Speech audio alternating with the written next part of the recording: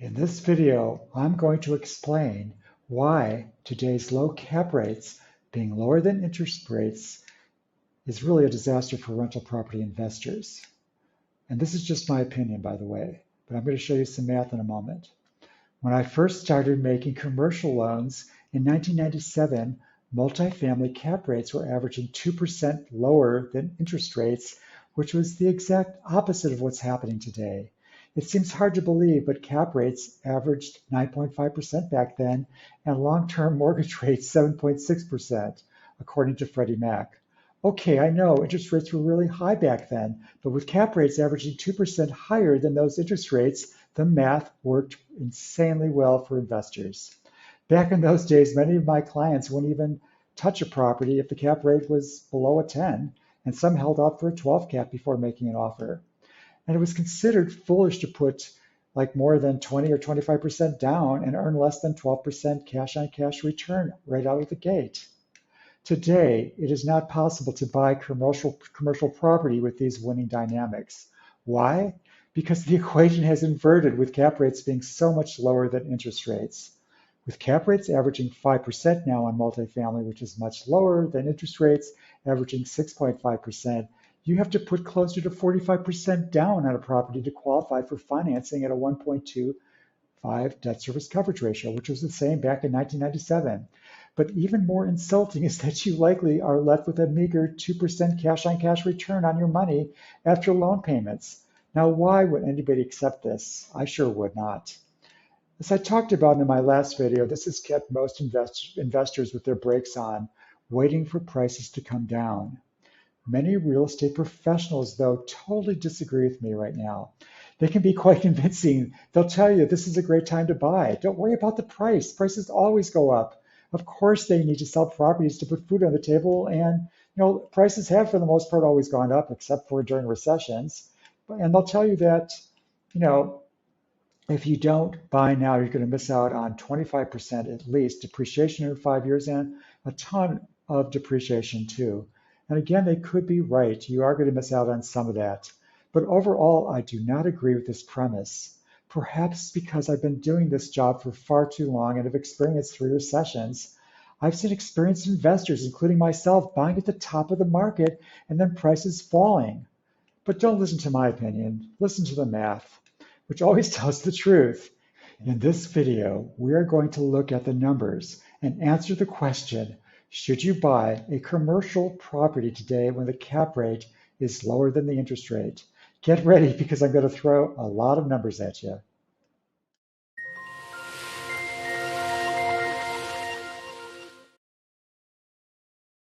Hi, I'm Terry Painter, the president of Apartment Loan Store since 1997, where we have over 40 multifamily loan programs to choose from. I'm also the author of this big but not boring book, The Encyclopedia of Commercial Real Estate Advice. It has everything from A to Z on the subject and many great stories from my clients that keep it a good read. Okay, so let's start out by defining what a cap rate is. A cap rate is simply the net operating income, which is income less expenses divided by the purchase price, which gives you the percentage the property will be earning if you pay all cash for it. And this is the cap rate. So if the net operating income is $60,000 and you pay $1 million for the property and don't have a loan on it, you will be earning a 6% cap rate, which is called a 6 cap. So here comes the fun part. I'm going to use 2003 actual numbers as an example. I love that year. In 2003, cap rates dropped down to 8% and interest rates averaged 5.83%. And this is again according to Freddie Mac. As you will see, interest rates being about 2% higher than cap rates created a gold mine for commercial property investors. Let's look at the math.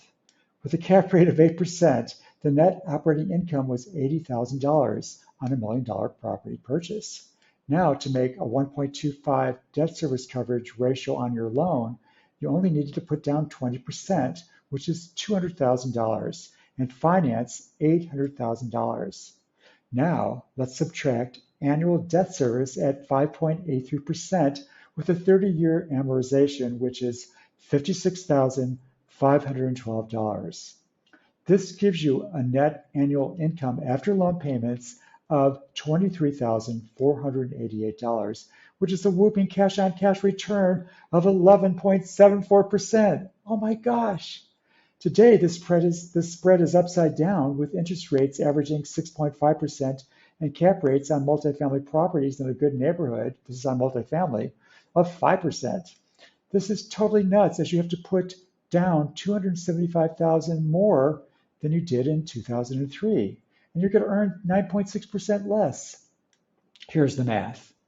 Today, with a cap rate of 5%, your net operating income on $1 million purchase is $50,000 annually. Now, to make the minimum debt service coverage ratio of 1.25, you're certainly going to have to put more down than 20%.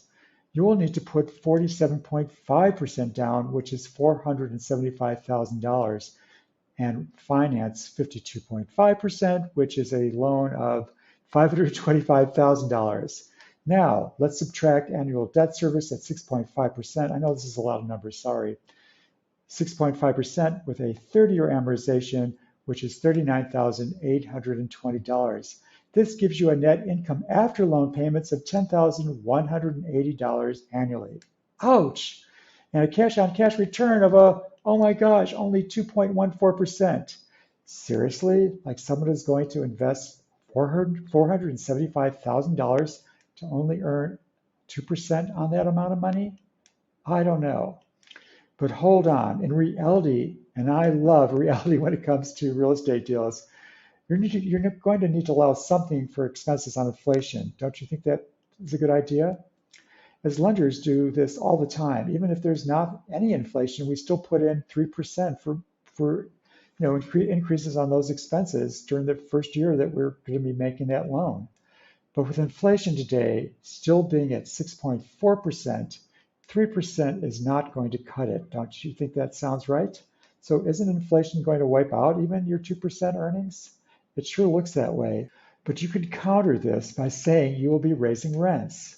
But hold on again. According to Fannie Mae's 2023 Multifamily Outlook Report, rents are only going to go up by about 1.5% in 2023. Even if you could double that, you're only going to break even with inflation. So, as you can see, it's a disaster for investors to buy today with cap rates being so much lower than interest rates. And again, this is my opinion. And there is a disclaimer, and that's that if you can find a property in a really good neighborhood that has very few things that it needs, and all you maybe have to do is give it some paint, maybe some new floor coverings, maybe some new drapes, then sure, go ahead and buy it. You could probably do okay on a property in a good neighborhood if it's got those dynamics. If you enjoyed this video as much as I enjoyed making it, please subscribe to my channel and hit the thumbs up button. If you have any questions or comments, I would love to hear them and address them. For today's multifamily and commercial mortgage rates, tap the link below for Apartment Loan Store. We have over 8 rate sheets. To get a great first chapter on my book for free, the Encyclopedia of Commercial Real Estate Advice, tap that link. Thanks for watching. I'll see you in the next episode, and be well.